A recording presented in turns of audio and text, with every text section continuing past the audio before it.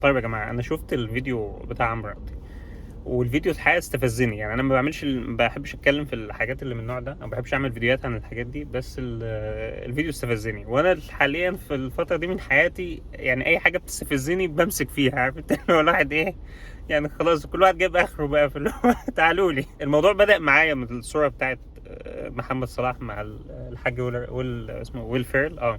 تمام، يعني ماشي، يعني ممكن تقول عادات مختلفة، يعني كل واحد حر بقى، يعني مش اللي استفزني بس في الموضوع ان هو الناس اللي كانت رابطه يا جماعه هو محمد صلاح مش شيخ عشان هو لاعب كوره. ايوه ماشي، يعني مش محتاج ابقى شيخ عشان ما اخليش حد يحط ايده على مراتي، بس كل واحد حر، وفي النهايه نتفق او نختلف. الموضوع كان شيك شويه، يعني ما كانش بيض من الاخر، يعني الراجل هو حر بقى ونزل الصوره وسكت، ما عادش ما عملش بروبوزل. دي البروبوزل ده مهم يا جدعان. احنا ليه ما عملناش بروبوزل؟ يعني انا بسأل في نفسي كتير، اللي هو انا ليه ما عملتش بروبوزل؟ ليه ما احنا محتاجين نعمل البروبوزال ده طلع حاجة كبيرة قوي، حاجة كلنا مفتقدينها في حياتنا. يعني الحاج عمرو راضي عامل الفيديو على غرار حلو، على غرار دي. الحاج عمرو راضي عمل فيديو على غرار انتيكا، تمام. أجر قاعة سينما بحالها، وجاب لها جمهور، واتفرجوا على فيلم، انا مش فاكر فيلم ايه، بس اتفرجوا على فيلم، وبقى ايه، واللي هو يلا وبربوزل، وقلبي واقف مش قادر ومتوتر وخايف وقلقان حاجات كده اللي فعملوا البروبوزل. حلو ماشي، يعني اي نعم، انا مش عارف ليه بتعملوا البروبوزل ده، يعني ومش عارف هو انتوا بتتخطبوا الاول وبعد كده تعرفوا اهاليكوا ولا مش فاهم، بس حلو البروبوزل تمام. المشكله بقى في اللي بعد البروبوزل، الراجل خطيب مش عارف ايه بيقولوا ايه، البروبوزلايه بتاعت عمرو رضوان، انا مش عارف اتخطبوا ولا لا، اتخطبتوا ولا لا في سنتكم دي. فانا شفت الصوره دي في الاول افتكرت ان ده اخوها، لان يعني كان في حد بيقلش على الصوره وكاتب ابروفد، فلو افتكرت ده اخوها مثلا، ده يعني حد من عيلتها، فهم بقى واقفين حاضنينه بقى، واللي هو خلاص يعني الاهل موافقين، ماشي. اكتشفت بقى ايه؟ ده الاكس بتاعها. يا عم، يا عم، يا عم، انت ليه حاطط راسك على كتفه كده؟ ليه يا ابني؟ لا، انتوا موسعينها كده ليه؟ هي ليه عندكم واسعه قوي كده؟ لا يا جدعان، يعني ارحمونا. الصوره دي يعني لا لا لا، دي قرون كبيره قوي، انا ما استعملهاش.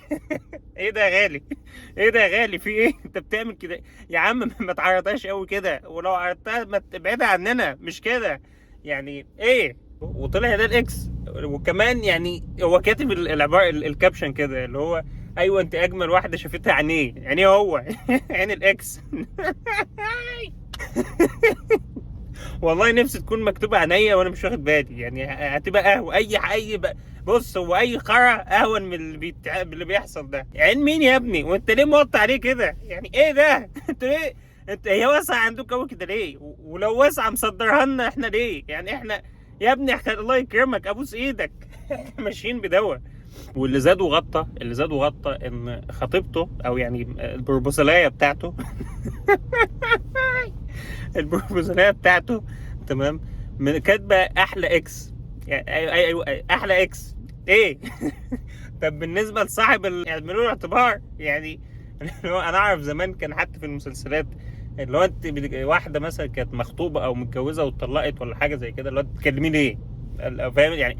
احنا كنا يا جماعه، احنا كنا ماشيين في مجهود كان بيحصل، تمام، حتى في الافلام والمسلسلات والحاجات دي، ان هو يا جماعه مش لازم اللي ينفصلوا عن بعض يقطعوا بعض فلا، قطعوا بعض احسن. انه مش كده يعني.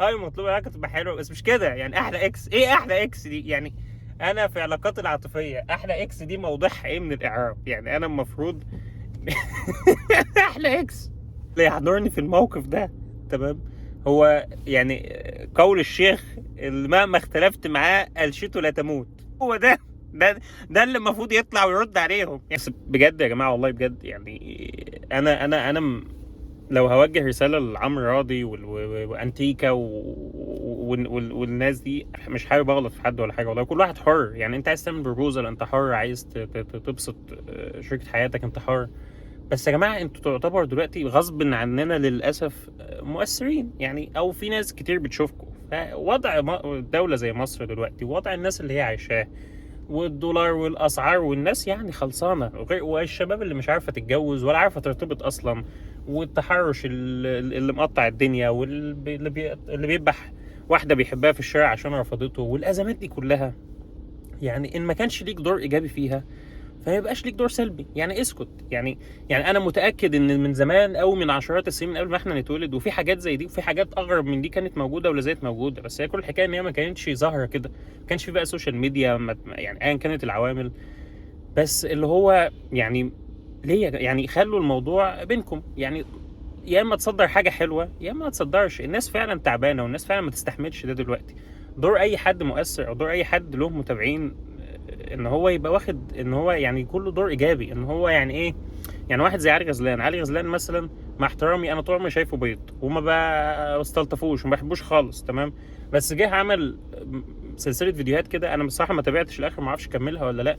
ان هو كان كل يوم بيختار مهنه عامل، مثلا عامل نظافه او عامل في البنا مثلا، اللي بيطلع السقالات او اللي بيشيل اسمنت يعني الناس اللي هم الفئه الكادحه من الشعب زي ما بيقولوا.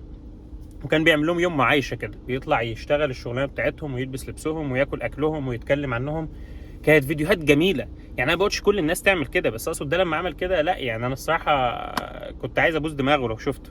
فدي دي حاجه حلوه. ما تعملش ده، انت مش عايز تعمل النوع ده ما تعملوش، بس يعني عايز تعرضها ما تصدرهاش. يعني ارجوك كفايه، احنا خلصانين. انت عايز تكبر، عايز تعرض، ابعد عننا ارجوك. يعني خليها في البرايفت اكونت بس معانا احنا. يعني عايز تقول لنا ايه بذمتك؟ يعني بذمتك يعني مش فاهم والله. احلى اكس